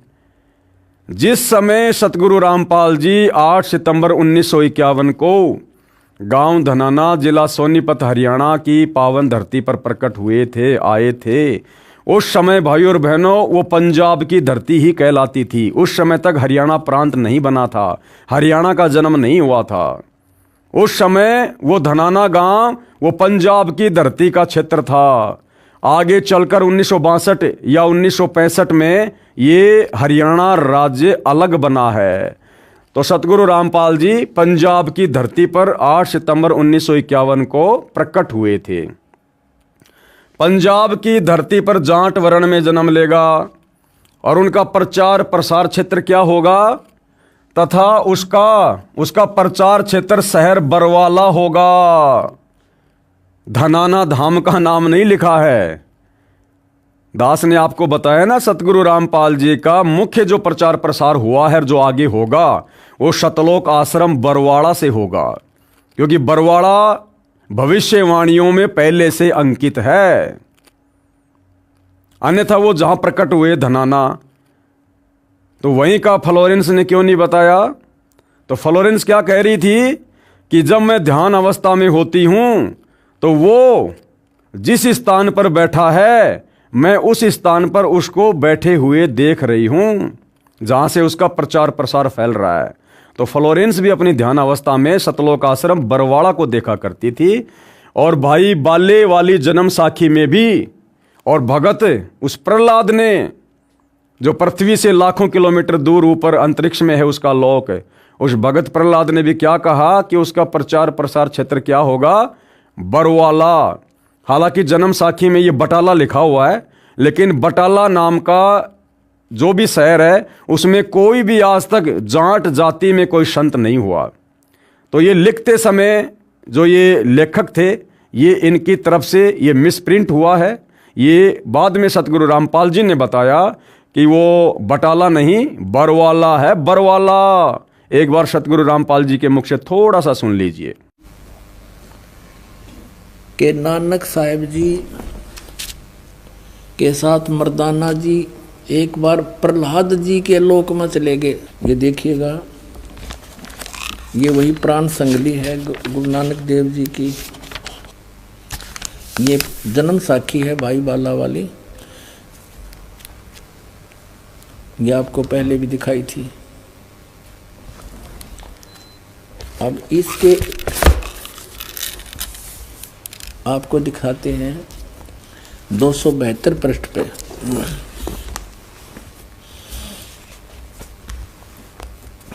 प्रहलाद भगत नाल गोष्ठी 272 पृष्ठ पे।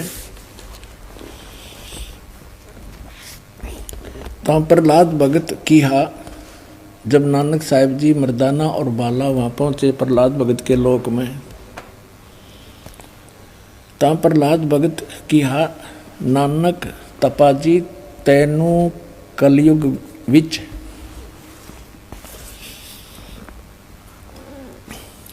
राम जी ने बड़ा भगत कीता है, अतः आपके संजोग आपकी संगति से बहुतियां का उपकार होएगा। तेरी श्री राम ने वड्डी नदर खोली है, तेरा वड्डा प्रताप होएगा। इस कलयुग विच अगे कबीर भगत ऐथे आया है। अब देखो, बिना ज्ञान के भगवान को तो भगत कह रहा प्रहलाद जी। कबीर भगत इथे आया है, यहाँ पर आया है, अतः जा आपको कर्ता ने आंदा है, यहाँ भेजा है। भा मर्दान ने आंदा है, ता मर्दान ने पूछिया प्रहलाद भगत नू पूछिया, हे भगत जी तुसी भी वड्डे भगत हो, अते तुम्हारे पीछे भी राम जी ने वड्डा चरित्र चलत दिखाया है, एक बहुत बड़ा यानी नरसिंह रूप धारण किया था। तेरी राम जी ने वड्डी नदर खोली है। भगत जी ऐथे होर कोई भी पहुंचिया है कि कबीर अते नानक तपा जी ही पहुंचिया है। ता प्रहलाद भगत बोलिया भाई नानक तपे पासों पूछ ले और भी आवसी के ना आवसी, या कोई और आओगा कि नहीं आओगा। कोई तो भगत मर्दान ने किया जी तुसी वड्डे भगत हो, अगली ते पिछली सब आपनो सतयुग थी, सतयुग तक आदि लेकर मालूम है। ता प्रहलाद भगत ने कहा कि सुन भाई, इस जीहा कोई होएगा ता ऐथे पहुंचेगा, यानी नानक जी जैसा कोई होगा या तो यहाँ पर पहुंचेगा।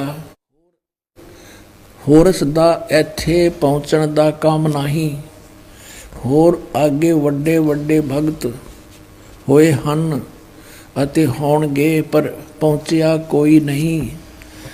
ता फिर मर्दा ने पूछिया जी ऊ कद होए सी, और किते नेड़े जुग विच होसी, यानी वो कब होसी और को नेड़े तेड़े होगा या नजदीकी होसी। ता प्रहलाद भगत किया सुन भाई, कलयुग विच होएगा, और जद नानक तपा सचखंड जावेगा ता उस तो पीछे ये लिखा 100 वर्ष वरे, यहाँ लिखना, यहाँ बोला था उसने सैकड़ों वर्ष के बाद, यहाँ इन्होंने वहाँ फिर 100 लिखना था, इसमें बस एक पर मात्रा होती 100 हो जाता, यहाँ पर 100 वर्ष, ये 100 वर्ष लिख दिया इन्होंने। उसी 100 वरे होसी अते एना तेहा ते बगैर होर कोई ना आवसी, यानी इन तीना के बिना यहाँ पर कोई नहीं आ सकता। ता मर्दान ने पूछिया जी तीन केड़े हन। ता प्रहलाद भगत की हा भाई, आगे कबीर होया है ते हुण नानक तपा हुआ है, अते फिर ऊ होसी। ता मर्दान ने पूछिया जी कबीर जुलाहा होया ते नानक खतरी होए, अते जी ऊ किस वर्ण होएगा, वो किस वर्ण विच होएगा, यानी किस जाति से होएगा, ते किस धरती पर होएगा होसी, और केड़े शहर ता। प्रहलाद भगत किहा भाई पंजाब की धरती ते, और वर्ण जट वर्ण होगा, यानी जाट जाति में होगा।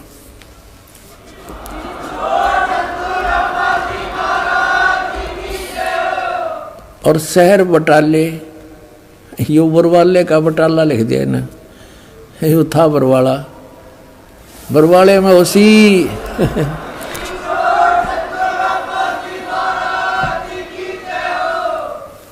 तो भाइयों और बहनों, ये क्लियर हुआ कि सतगुरु रामपाल जी का मुख्य प्रचार प्रसार का जो क्षेत्र है वो बरवाला था और आगे भी बरवाला ही रहेगा। विवेचन, संत रामपाल जी महाराज वही अवतार हैं जो अन्य प्रमाणों के साथ साथ जन्म साखी में लिखे वर्णन पर खरे उतरते हैं। अब विचार करो भाइयों और बहनों, अब सतगुरु रामपाल जी का जन्म इंद्रो देवी की कोख से हुआ है या प्रकट हुए हैं, क्योंकि प्रहलाद जी ने क्या कहा कि जो तीसरा आएगा वो भी उन दोनों के जैसा ही महापुरुष होगा। तो बताओ भाइयों और बहनों, कबीर जी ने मां के गर्भ से जन्म लिया था क्या? नहीं लिया। तो भाइयों और बहनों, सतगुरु रामपाल जी किसी मां के गर्भ से जन्म लेकर नहीं आए, ये स्वयं कबीर परमात्मा है। परिस्थितियां और समय के अनुसार परमात्मा लीला ऐसे ही अजब गजब करते हैं। जन्म साखी में 100 वर्ष के पश्चात लिखा है, यहाँ पर सैकड़ों वर्ष पश्चात कहा गया था, जिसको पंजाबी भाषा में लिखते समय 100 वर्ष ही लिख दिया, क्योंकि मर्दाना ने पूछा था कि वह कौन से युग में नजदीक ही आएगा। तब भगत प्रहलाद ने कहा था कि श्री नानक जी के सैकड़ों वर्ष पश्चात कलयुग में ही वह संत जाट वर्ण में जन्म लेगा। इसलिए यहाँ 100 वर्ष के स्थान पर सैकड़ों वर्ष ही न्यायोचित है। भाई सतगुरु रामपाल जी हैं, ये तो परमात्मा है। भगत प्रहलाद के मुख से इन्होंने सब कुछ बुलवाया था, लेकिन काल प्रेरणा से फिर यहाँ पर नीचे हम जैसे अज्ञानी जीव अपनी घटिया बुद्धि का इस्तेमाल करते हुए अपने हिसाब से इन पुस्तकों में लेख लिख देते हैं। तथा उसका प्रचार क्षेत्र बरवाड़ा के स्थान पर बटाला लिखा गया है। इसके दो कारण हो सकते हैं कि शहर बरवाला जिला हिसार हरियाणा उस समय पंजाब प्रांत में सुप्रसिद्ध नहीं था तथा बटाला शहर पंजाब प्रांत में प्रसिद्ध था। लेखनकर्ता ने इस कारण से बरवाला के स्थान पर बटाला लिख दिया। ये लेखक की अपनी सोच थी। दूसरा, प्रिंट करते समय बरवाले की जगह बटाले प्रिंट हो गया है। एक और विशेष विचारणीय पहलू है कि पंजाब के बटाला शहर में कोई भी जाट संत नहीं हुआ है जो इन महापुरुषों परमेश्वर कबीर देव जी व श्री नानक देव जी के समान महिमावान तथा इनके समान ज्ञानवान हुआ हो। इस आधार से तथा अन्य प्रमाणों के आधार से तथा इस जन्म साखी के आधार से स्पष्ट है कि वह तीसरे महापुरुष संत रामपाल जी महाराज हैं तथा इनका आध्यात्मिक ज्ञान भी इन दोनों महापुरुषों परमेश्वर कबीर जी तथा श्री नानक देव जी से मेल खाता है। अरे मेल नहीं खाता भाई, ज्यों का त्यों है, ज्यों का त्यों। मेल खाने का क्या मतलब है भाई? ज्यों का त्यों। और जो अध्यात्म का पूरा निष्कर्ष, पूरा निचोड़, पूरा ज्ञान, जो मूल ज्ञान, सार ज्ञान कबीर जी ने नहीं दिया, नानक जी ने नहीं दिया, वो अध्यात्म का मूल ज्ञान आज स्वयं कबीर परमात्मा सतगुरु रामपाल जी दे रहे हैं। तो ये लिखना कि संत रामपाल जी का ज्ञान भी उनके ज्ञान से मेल खाता है, ये गलत है। ये सतगुरु रामपाल जी की महिमा को कमजोर करता है। कबीर जी ने 650 साल पहले सतगुरु रामपाल जी के विषय में कहा था, यानी अपने विषय में, दूसरे रूप के विषय में, कि धर्मदास मेरी लाख दुहाई और ये मूल ज्ञान कहीं बाहर ना जाई।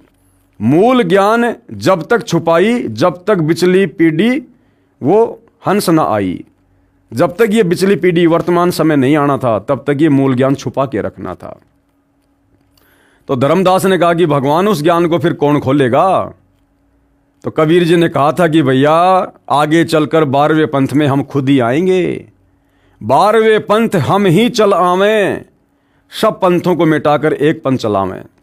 और क्या कहा था कि भाई 9 मन सूत उलझिया ऋषि रहे झकमार और सतगुरु ऐसा सुलझा देगा उलझे न दूजी बार।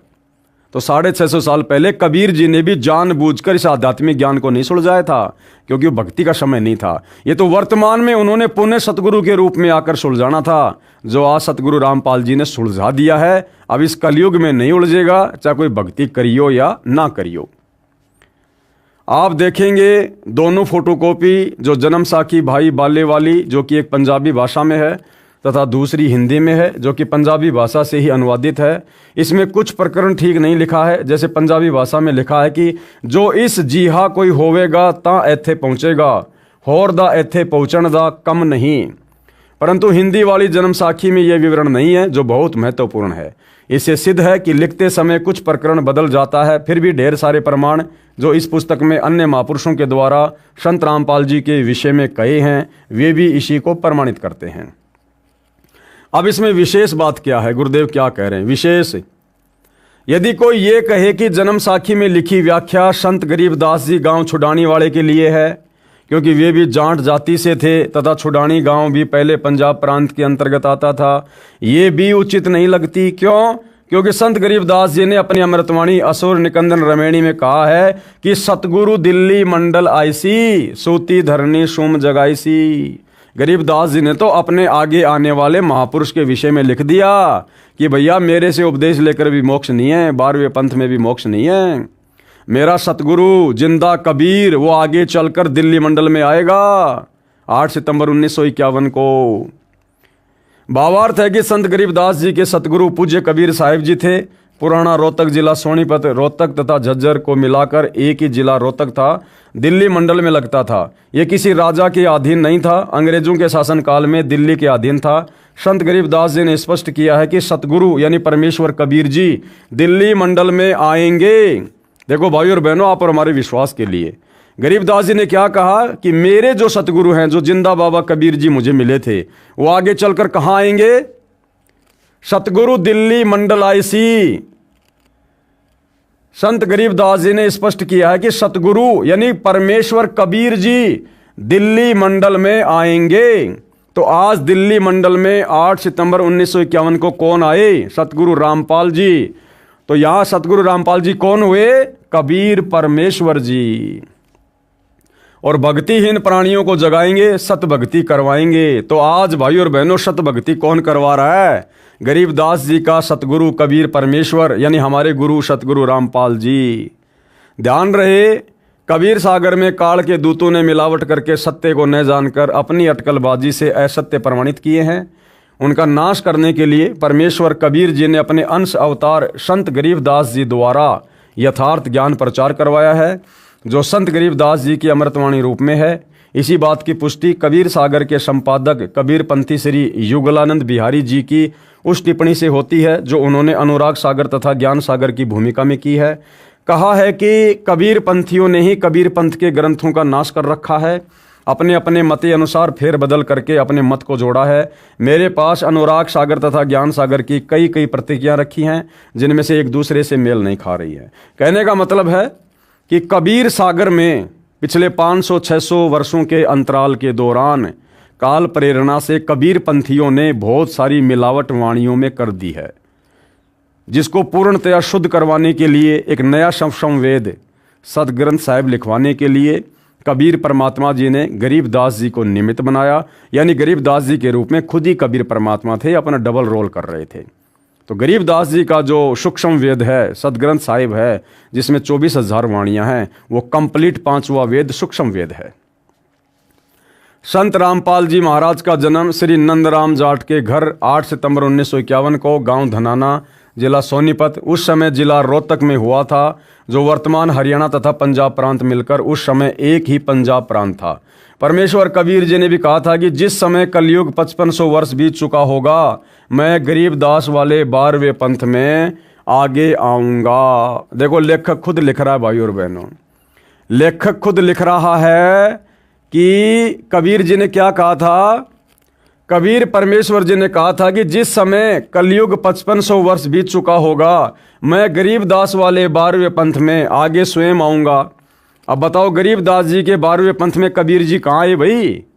अरे वो दाढ़ी मूछ वाले कबीर जी, वो टोपा पहनने वाला कबीर जी कहाँ आया? देखा आप लोगों ने कभी? वो कबीर जी तो 650 साल पहले ही मगर से सतलोक चले गए थे, जबकि वो कह रहे थे कि मैं तो गरीबदास जी के 12वें पंथ में आगे चल के खुद आऊंगा। तो आप में से किसी भाई ने कबीर जी को देखा है क्या? दाढ़ी वाले को, सर पे टोपी पहनने वाले को, जो हम फोटो में देखते हैं। तो लेखक खुद कह रहा कि कबीर जी खुद आएंगे गरीबदास जी के 12वें पंथ में। और गरीबदास जी के 12वें पंथ में संत रामपाल जी आए हैं, जिन्होंने 17 फरवरी 1988 को 12वें पंथ में प्रवेश किया और पहले कह दिया था कि 12वें पंथ हम ही चलावें, सब पंथों को मिटाकर एक पंथ चलावें। तो वर्तमान में वो कबीर जी कहाँ हैं? सतगुरु रामपाल जी के नाम से हैं। फिर भी लेखक बार बार कह रहा कि इंद्रोमाई की कोख से जन्म लिया, इंद्रोमाई की कोख से जन्म लिया। भाई, करनी और कथनी में थोड़ा बहुत अंतर होना चाहिए। परमेश्वर कबीर जी ने भी कहा था कि जिस समय कलयुग 5500 वर्ष बीत चुका होगा, मैं गरीबदास वाले 12वें पंथ में आगे स्वयं ही आऊंगा। संत गरीबदास जी द्वारा मेरी यानी कबीर परमेश्वर की महिमा की वाणी प्रकट होगी तथा गरीबदास वाले 12वें पंथ तक के साधक मुझे आधार बनाकर वाणी को समझने की कोशिश करेंगे, परंतु वाणी को न समझकर सतनाम तथा सारनाम से वंचित रहने के कारण असंख्य जन्म तक सतलोक प्राप्त नहीं कर सकेंगे। उसी 12वें पंथ यानी गरीबदास जी वाले पंथ में मैं कौन? परमेश्वर कबीर जी, मैं परमेश्वर कबीर जी ही स्वयं चल कर आऊंगा। तो कहाँ है परमेश्वर कबीर जी, जिनको आप कबीर जी कहते हैं, समझते हैं, दाढ़ी मूछ वाले, जबकि उनका वचन भी फैल नहीं हो सकता, क्योंकि परमात्मा कहते हैं कि साध वचन पलटे नहीं, चाहे पलट जाए ब्रह्मांड। तो कबीर जी ने अगर बोल दिया तो बोल दिया, उनको आना है, नहीं आए तो झूठे साबित होंगे, और झूठे भगवान की भक्ति करके किसी का मोक्ष नहीं हो सकता। तो कबीर जी तो आ गए, संत रामपाल जी के रूप में आ गए। अब उनको पहचानना पड़ेगा, उनके ज्ञान को आधार बनाकर सद्बुद्धि की भीख मांगनी पड़ेगी उनसे कि हे गुरुदेव भगवान, अपनी वास्तविक पहचान करवाओ। हम नादान 2 कौड़ी के तुच्छ जीव अपनी बुद्धि के हिसाब से आपको नहीं जान सकते, नहीं पहचान सकते। तब सतगुरु की दया वो किन किन आत्माओं पर दया करे, मेहर करे और हमारे अंतःकरण में ये बात जचा दे कि मेरा गुरु ही स्वयं कबीर परमात्मा है। उसी 12वें पंथ गरीबदास जी वाले पंथ में मैं परमेश्वर कबीर जी ही स्वयं चलकर आऊँगा। तब संत गरीबदास जी द्वारा प्रकट की गई वाणी को मैं कबीर परमेश्वर और प्रकट होकर समझाऊंगा। अब संत गरीबदास जी की वाणियों को, सदग्रंथ साहिब को सन 1994 से धरती पर कौन समझा रहा है? सतगुरु रामपाल जी समझा रहे हैं। और कबीर परमात्मा क्या कह रहे हैं कि मैं कबीर परमात्मा स्वयं समझाऊंगा गरीबदास जी की वाणियों को आगे चलकर। और कैसे आऊंगा? प्रकट होकर समझाऊंगा, प्रकट होकर समझाऊंगा। मां की कोख से जन्म लेकर बड़ा होकर, ऐसा नहीं कहा, प्रकट होकर समझाऊंगा। तो सतगुरु रामपाल जी भाई और बहनों परमेश्वर हैं। आज मान लो, नहीं तो कल मानना पड़ेगा। कल को ज़्यादा लेट हो जाओगे, फिर मोक्ष से वंचित हो जाओगे। तो आज ही थोड़ा अधीन होकर, धैर्य से, निष्पक्ष होकर ज्ञान को समझो, परमात्मा से सद्बुद्धि की भीख मांगो और समय रहते अपने दाता को पहचान लो, भाई फायदा रहेगा। प्रमाण के लिए कृपया देखें इसी पुस्तक के पेज नंबर 91 पर, पढ़ें कबीर परमेश्वर द्वारा स्वयं अवतार धारण करने की भविष्यवाणी। अब देखिए भाई और बहनों, लेखक बार बार कह रहा है कि संत रामपाल जी कबीर जी के अवतार हैं, कबीर जी के अवतार हैं, संत रामपाल जी को कबीर जी ने ऊपर से भेजा है। अब यहाँ क्या कह रहे हैं? कबीर परमेश्वर द्वारा स्वयं अवतार धारण करने की भविष्यवाणी, यानी कबीर परमात्मा खुद ही अपना अवतार होता है, सतलोक से किसी को अवतार रूप में भेजता नहीं है, इन्हें आवश्यकता नहीं है। इससे सिद्ध हुआ कि जन्म साखी में जिस जाट संत के विषय में कहा है, निर्विवाद रूप से वह संत रामपाल जी महाराज जी ही हैं। फिर भी हम संत गरीबदास जी का विशेष आदर करते हैं, क्योंकि उन्होंने परमेश्वर कबीर जी का अमर संदेश सुनाया है। यदि कोई भ्रम उत्पन्न करे कि 10 गुरु साहिबानों में से भी किसी की ओर संकेत हो सकता है, यानी नानक जी के बाद में जो और सिख धर्म में गुरु हुए हैं, तो कोई कहे कि भाई वो तो अन्य हमारे गुरु साहिबानों के विषय में लिखा है। इसके लिए याद रहे कि 10 सिख गुरु साहिबानों में से कोई भी जाट वर्ण से नहीं है। 10 गुरु साहिबानों में कोई भी जाट जाति से नहीं था, और भगत प्रहलाद ने तो जाट वर्ण में आने की बात कही है। दूसरे सिख गुरु श्री अंगद देव जी खत्री थे। तीसरे गुरु जी श्री अमरदास जी भी खत्री थे। चौथे गुरु जी श्री रामदास जी भी खत्री थे, तथा 5वें गुरु श्री अर्जुन देव जी से लेकर 10वें तक अंतिम श्री गुरु तेग बहादुर सिंह जी तक श्री गुरु रामदास जी की संतान अर्थात खत्री थे। फिर भी हम सभी सिख गुरु साहिबानों का विशेष आदर करते हैं। संत रामपाल जी महाराज क्या कहते हैं? जीव हमारी जाति है, मानव धर्म हमारा, हिंदू मुस्लिम सिख ईसाई धर्म नहीं कोई न्यारा। और परमेश्वर कबीर जी ने कहा है, जाति न पूछो संत की, पूछ लीजियो ज्ञान, मोल करो तलवार का, पड़ी रहन दो म्यान। अर्थात इन दोनों वाणियों का एक ही अर्थ है।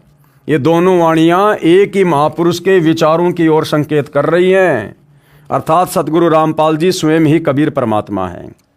कृपया प्रमाण के लिए देखिए फोटोकॉपी जन्म साखी पंजाबी, गुरुमुखी पंजाबी भाषा वाली तथा हिंदी वाली, दोनों में आप जी सहज में समझ सकते हो कि वास्तविकता क्या है। जन्म साखियों के प्रकाशक हैं भाई जवाहर सिंह कृपाल सिंह, अमृतसर पंजाब। तो यहाँ पर फोटोकॉपी वगैरह लगाई गई है, आप जी देख सकते हैं। ये पंजाबी भाषा में है, जन्म साखी भाई बाले वाली। इस पर भी वही प्रकरण लिखा हुआ है कि कैसे कैसे नानक जी अपने दोनों शिष्य बांला और मर्दाना को लेकर भगत प्रहलाद के लोक में गए। और नीचे ये हिंदी वाली है, कृपया देखें फोटोकॉपी जन्म साखी भाई बाले वाली हिंदी वाली के पेज नंबर 305 की। ये सारा सब कुछ हिंदी में लिखा हुआ है। जैसे लिखा कि एक और महापुरुष होगा जो यहाँ पहुँच सकेगा। मर्दाने ने कहा, हे भगत वर, वह पुरुष कौन और कब होगा? प्रहलाद ने उत्तर दिया कि जब गुरु नानक देव जी आएंगे तो इनके 100 वर्ष पश्चात आएगा। अर्थात यहाँ केवल 3 आदमी ही आने हैं। ये आदमी लिखना थोड़ा सा अच्छा नहीं लगता है, महापुरुष। ये सब कुछ लिखा हुआ इसमें। प्रश्न नंबर 1, एक संस्कृत के विद्वान शास्त्री ने कहा कि आपके गुरु संत रामपाल जी महाराज संस्कृत नहीं पढ़े हैं। आप कहते हो कि उन्होंने श्रीमद् भगवद गीता का यथार्थ अनुवाद करके भक्तों को बताते हैं। ये कभी नहीं हो सकता, क्योंकि ये हमारी जीव सोच है भाई और बहनों, जबकि परमात्मा को पढ़ने की आवश्यकता नहीं है। परमात्मा तो सभी भाषाओं का जनक है। विश्व की, सृष्टि की सभी भाषाओं को परमात्मा ने ही जन्म दिया है। और हम इंसानों की भाषा को तो छोड़ो, परमात्मा तो 184 योनियों में जितने भी जीव जंतु हैं सूक्ष्म और दिखाई देने वाले, परमात्मा तो सबकी भाषा तो छोड़ो, उनके मन की बात को भी जानते हैं, क्योंकि परमात्मा सर्वज्ञ होते हैं। तो सतगुरु रामपाल जी के भगत ने क्या उत्तर दिया? संत रामपाल जी महाराज के भगत ने उत्तर दिया, शास्त्री जी उसी को परमात्मा का अवतार कहते हैं। परमात्मा का अवतार नहीं, परमात्मा कहते हैं जो भाषा का ज्ञान ना होते हुए यथार्थ अनुवाद कर दे। अरे भाषा को पढ़ के 10, 15, 20 साल संस्कृत पढ़ के, अंग्रेजी पढ़ के तो कोई भी अनुवाद कर दे। परमात्मा उसी को कहते हैं जो बिना पढ़े लिखे और एज इट इज अनुवाद कर दे, जो पढ़ा लिखा भी नहीं कर सकता। क्यों? क्योंकि परमेश्वर सर्वज्ञ हैं। सर्वज्ञ यानी सब कुछ जानने वाले, उन्हीं गुणों से युक्त उसका भेजा हुआ अवतार होता है। वह अवतार संत रामपाल जी महाराज जी हैं। ये लेखक की अपनी सोच है भाई और बहनों, अब आप समझ गए होंगे। आप तो केवल वेदों और गीता के अनुवाद से अचंभित हैं। संत रामपाल जी महाराज ने तो बाइबल तथा कुरान को यथार्थ रूप में बताया है, जिसे ईसाई धर्म के वर्तमान के फादर व पादरी तथा मुसलमान धर्म के मुल्ला व काजी भी नहीं समझ सके। कृपया पढ़िए पुस्तक ज्ञान गंगा में। एक महापुरुष के विषय में जय गुरुदेव की भविष्यवाणी, यानी जो जय गुरुदेव पंथ के जो प्रवर्तक श्री तुलसीदास जी, जो अब परलोक सिधार चुके हैं, उन्होंने भी उस महापुरुष यानी सतगुरु रामपाल जी के विषय में समय समय पर अपनी भविष्यवाणियाँ की है। जिस समय उनकी पूर्व जन्म की याददाश्त, या फिर यूँ कह लीजिए उनके पास में उनकी पूर्व जन्म की भक्ति कमाई शेष थी, तो परमात्मा ने उनको भी निमित्त बनाया अपने विषय में भविष्यवाणियों के लिए। एक महापुरुष के विषय में जय गुरुदेव की भविष्यवाणी, जय गुरुदेव पंथ के श्री तुलसीदास साहिब की विशेष भविष्यवाणी, जय गुरुदेव उर्फ राधा स्वामी पंथ मथुरा के परम संत की भविष्यवाणी, और ये है धर्माचार्यों राजनीतिज्ञों को नेक सलाह, यानी जो मनमुखी धर्म के ठेकेदार आचार्य शंकराचार्य बने बैठे हैं और जितने भी राजनीतिज्ञ लोग हैं, उनको सलाह दी जा रही है तुलसीदास जी के द्वारा कि आने वाला समय बड़ा खतरनाक है, बड़ा विषम है, सुधर जाओ, संभल जाओ, सदाचारी बन जाओ, नाम उपदेश ले लो, सत भक्ति करो तो बच पाओगे, अन्यथा ऐसे जाओगे जैसे गधे के सिर से सींग, क्योंकि आने वाला समय युग परिवर्तन का है। धर्म तब आएगा जब सब धर्म के लोग लड़ना छोड़ें। राष्ट्र की उन्नति तभी होगी जब राजनीतिक लोग लड़ना, आंदोलन, हड़ताल, तोड़फोड़, रिश्वत अथवा स्वार्थ एवं दल बदल छोड़ दें। मांस, मछली, शराब, ताड़ी भी छोड़ दें। इससे पहले देश की खुशहाली की जो बात करता है वह भविष्य के आने वाले संकट से बदहोश है। वह ये नहीं जानता है कि देश की प्रजा दुराचारी, चरित्रहीन, लड़ने भिड़ने व कामचोर, हड़ताली, आंदोलन, तोड़फोड़ करने वाली हो गई है। मांस, मछली, अंडों का भक्षण करने लगी है। शराब, ताड़ी व अन्य नशीली वस्तुओं के सेवन से प्रजा बदहोशी में आकर पागल बनकर कुत्तों की भांति लड़ने लगी है। वह देश की जनता अपनी गरीबी को कदापि नहीं मिटा सकती। ये साकारी पत्रिका में 8 जुलाई 1971 को लिखा गया है। फिर बाद में लिखा है अवतारी शक्तियों का जन्म हो गया है। अब यहाँ पर सतगुरु रामपाल जी के विषय में बड़ी ही सटीक भविष्यवाणी श्री तुलसीदास जी ने की है। भारतवर्ष में अवतारी शक्तियों ने जन्म ले लिया है। अनेक स्थानों पर वे बच्चों के रूप में पल रहे हैं और समय आने पर प्रकट हो जाएंगे, यानी सबके सामने आ जाएंगे। कहने का मतलब है सतगुरु रामपाल जी का उनके मिशन में जो आत्माएं सहयोग जो करेंगी, उन आत्माओं के विषय में ये भविष्यवाणी की हुई है। वरना यही बच्चे उनके विनाश का कारण बन जाएंगे। इन बच्चों को गोश्त व अंडा दिया जाता है तो वे मुंह फेर लेते हैं और इधर उधर देखते भी नहीं। माँ बाप इस बात का ध्यान रखें कि जो बच्चे इन चीज़ों को खाना नहीं चाहते उन्हें ज़बरदस्ती ना खिलाएं। अब क्या लिखा हुआ देखो भाई और बहनों, यहाँ सतगुरु रामपाल जी के विषय में बिल्कुल स्पष्ट भविष्यवाणी। वह अवतार जिसकी लोग प्रतीक्षा कर रहे हैं। कौन लोग? परमात्मा चाहने वाली आत्माएं, जिन्होंने सतयुग में परमात्मा को पाना चाहा, घर छोड़कर जंगलों में चले गए, घोर तप किए, लेकिन परमात्मा नहीं मिला, क्योंकि उनकी भक्ति विधि परमात्मा को पाने वाली शास्त्रों के अनुसार नहीं थी। तो युगों युगों से जो आत्माएं परमात्मा की तलाश में हैं, अब उनका वो समय बहुत नज़दीक है। वह अवतार जिसकी लोग प्रतीक्षा कर रहे हैं 20 वर्ष का हो चुका है। ये भविष्यवाणी इन्होंने की 7 सितंबर 1971 को। 7 सितंबर 1971 को इन्होंने भविष्यवाणी की। वह अवतार जिसकी लोग प्रतीक्षा कर रहे हैं 20 वर्ष का हो चुका है। अब भाइयों और बहनों, 8 सितंबर 1951 को सतगुरु रामपाल जी सतलोक से चलकर धरती पर प्रकट हुए, दुनिया की नजरों में जन्म लिया। और ये भविष्यवाणी जय गुरुदेव ने की। ये कब? 7 सितंबर 1971। तो 8 सितंबर 1951 से लेकर 7 सितंबर 1971 पूरे 20 वर्ष हो रहे हैं। पूरे 20 वर्ष सतगुरु रामपाल जी के उस प्राकाट्य को। और जय गुरुदेव क्या कह रहा है? वह 20 वर्ष का हो चुका है। अब धरती पर सतगुरु रामपाल जी के अलावा ऐसा कोई भी संत महात्मा महापुरुष नहीं है जिसकी सांसारिक तौर पर डेट ऑफ बर्थ बिल्कुल जय गुरुदेव की भविष्यवाणी के अनुसार हो। केवल एकमात्र सतगुरु रामपाल जी हैं। वह अवतार जिसकी लोग प्रतीक्षा कर रहे हैं 20 वर्ष का हो चुका है। यदि उसका पता बता दूं तो लोग पीछे पड़ जाएंगे। तुलसीदास जी कह रहे अगर मैं उसका एड्रेस बता दूं, क्योंकि उस समय वो देख रहे थे, वो खुद मान बढ़ाई और अहंकार के चक्कर में नहीं आ पा रहे थे। क्योंकि परमात्मा कहते हैं राज त्यागना सहज है, सहज नारी का ने मान बढ़ाई ईर्ष्या दुर्लभ तजनाइए। क्योंकि भाई इनके लाखों भगत हो गए थे, इनकी महिमा हो रही थी। ये कैसे बता देंगे एड्रेस? अगर एड्रेस बता दिया तो दुनिया इनको छोड़ के संत रामपाल जी के पास भाग जाती। और उस समय सतगुरु रामपाल जी चाहते भी नहीं थे कि जय गुरुदेव मेरा एड्रेस बताए। इसलिए जितना रिमोट सतगुरु रामपाल जी ने दबाया उतना ही जय गुरुदेव ने बोला। क्योंकि जिस समय भविष्यवाणी की गई थी 1971 में, उस समय सतगुरु रामपाल जी लीला में जीवन में अपनी पढ़ाई पढ़ रहे थे। वे जो है अपना डिप्लोमा कर रहे थे उस समय तक। क्योंकि उन्होंने भक्ति मार्ग शुरू करना था 1994 से। तो उससे पहले अपने विषय में अपना एड्रेस अगर वो लोगों तक पहुंचा देते जय गुरुदेव के माध्यम से, तो उन्होंने किसी को ज्ञान तो समझाना नहीं था, नाम किसी को देना नहीं था। जब मार्ग ही 1994 में शुरू करना था तो उससे पहले भला वो लोगों को क्या देते आध्यात्मिक क्षेत्र का।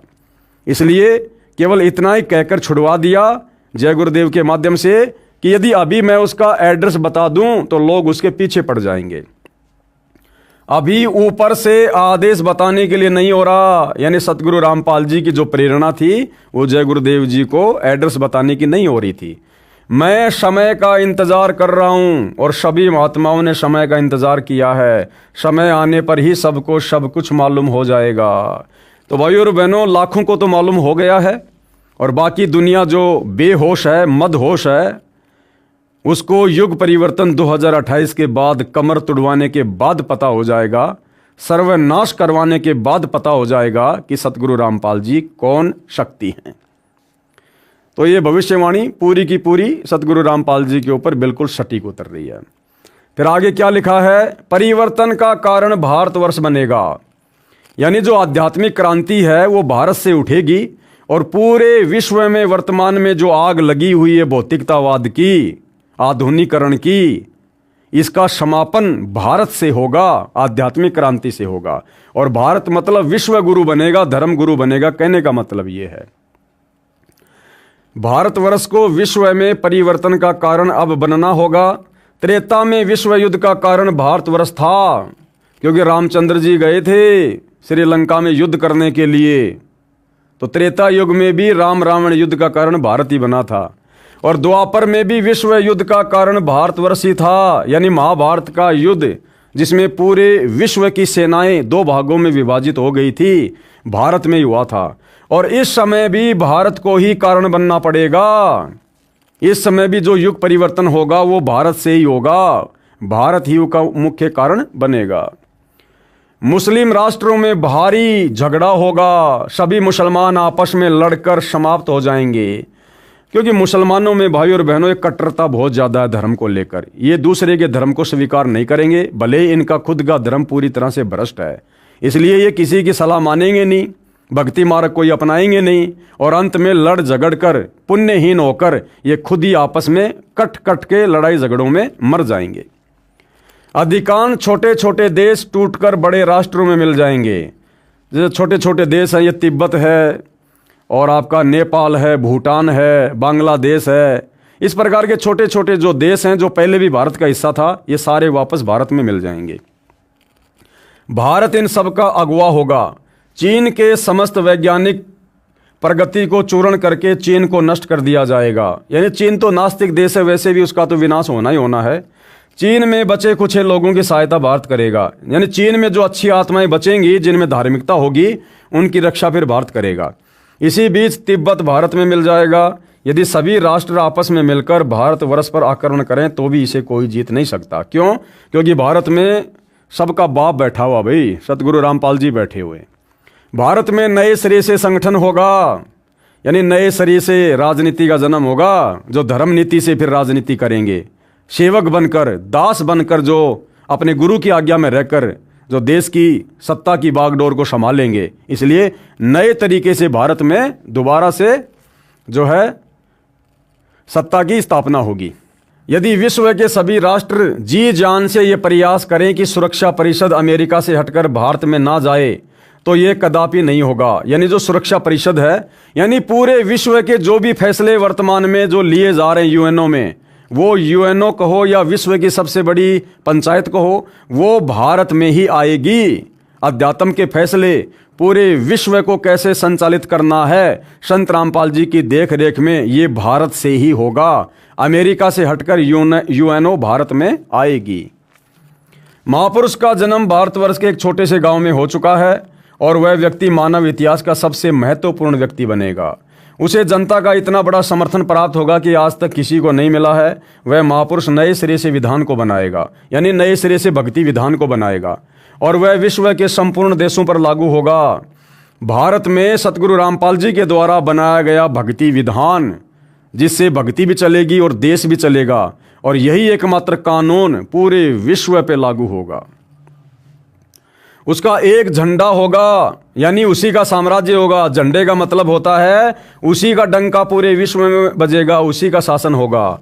उसकी एक भाषा होगी, एक भाषा का मतलब उसी की भक्ति वाली भाषा, उसी का आध्यात्मिक ज्ञान पूरे विश्व पर लागू होगा।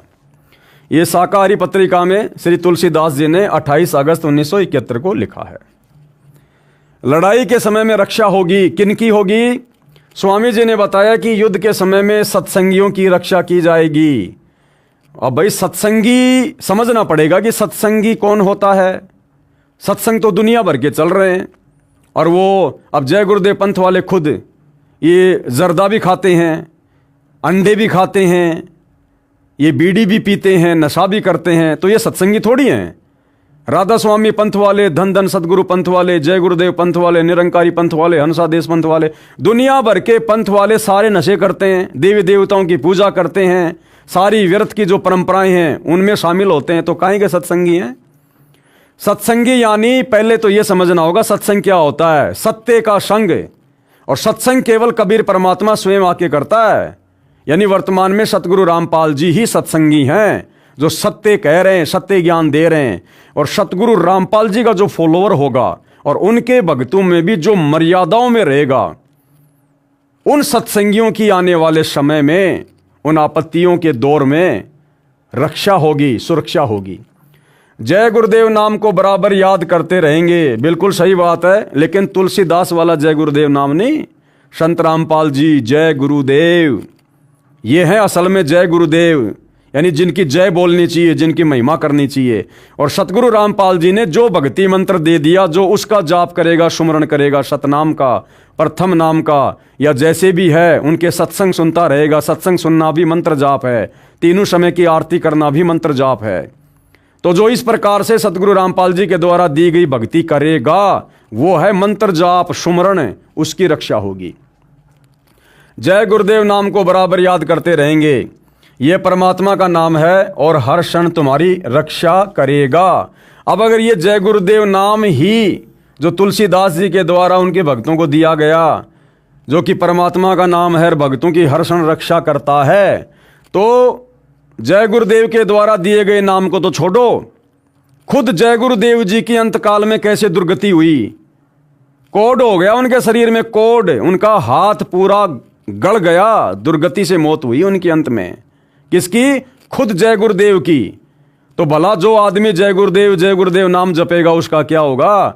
जब जय गुरुदेव को खुद को कोड हुआ, तो यहां पर जय गुरुदेव सतगुरु रामपाल जी हैं और उनके द्वारा जो मंत्र जाप दिया जाता है उसको मर्यादा में रहकर जो जाप करेगा उसकी रक्षा होगी। उपरोक्त पुस्तक की फोटोकॉपियों में संत रामपाल जी महाराज के विषय में वर्णन इस प्रकार है। संत रामपाल जी महाराज का जन्म, अरे जन्म नहीं रे मेरे भाई, अब तो समझ जा, 8 सितंबर 1951 को गांव धनाना, जिला सोनीपत, प्रांत हरियाणा, भारतवर्ष में जाट किसान परिवार में हुआ। वैसे भाई और बहनों, संत की कोई जाति नहीं होती है, लेकिन यहाँ के विधान के अनुसार इन चीज़ों का जिक्र करना पड़ता है। विशेष जानकारी इस पुस्तक के कई स्थानों पर है, कृपया वहां से पढ़िए। जय गुरुदेव की अमरवाणी भाग 2 पुस्तक के पेज नंबर 50 पर संत तुलसीदास जी ने 7 सितंबर 1971 को सत्संग में कहा था कि वह अवतार जिसकी लोग प्रतीक्षा कर रहे हैं 20 वर्ष का हो चुका है। संत रामपाल जी महाराज 7 सितंबर 1971 को पूरे 20 वर्ष के हुए थे। 8 सितंबर 1971 उनका 21वां वर्ष प्रारंभ हुआ था। पृष्ठ 59 पर लिखा है कि वह महापुरुष छोटे से गांव में जन्म ले चुका है। उपरोक्त विवरण से स्पष्ट हो गया है कि वह महापुरुष संत रामपाल जी महाराज ही है। अब भाइयों और बहनों, भक्ति नाश का कारण। अब भक्ति का नाश कैसे होता है, भक्ति का विनाश कैसे होता है, और कैसे हमारी भक्ति सच्चे सतगुरु की शरण में आने के बाद में दिनों दिन आगे बढ़ती है, प्रफुल्लित होती है, इन तमाम बातों की जानकारी भाइयों और बहनों हम अगले वीडियो में प्राप्त करेंगे। क्योंकि हमने किसी भी पुस्तक से जो सतगुरु रामपाल जी के द्वारा लिखी गई हो या उनके भक्तों के द्वारा लिखी गई हो, हमने अध्यात्म का निष्कर्ष निकालते हुए, उसको गहनता से समझते हुए, शिक्षा लेते हुए और उन अच्छी शिक्षाओं को अपने जीवन में लागू करते हुए हमने आगे बढ़ना है। तभी भाइयों और बहनों असल में हमारा कल्याण होगा और हमें कुछ प्राप्त होगा। तो भाइयों और बहनों, आज की वीडियो में केवल इतना ही। कल परमेश्वर के आशीर्वाद से फिर मिलेंगे। तब तक गुरुदेव भगवान हम सबको आज्ञा दे, आशीर्वाद दे। बंदी छोड़ सतगुरु रामपाल जी भगवान की जय हो।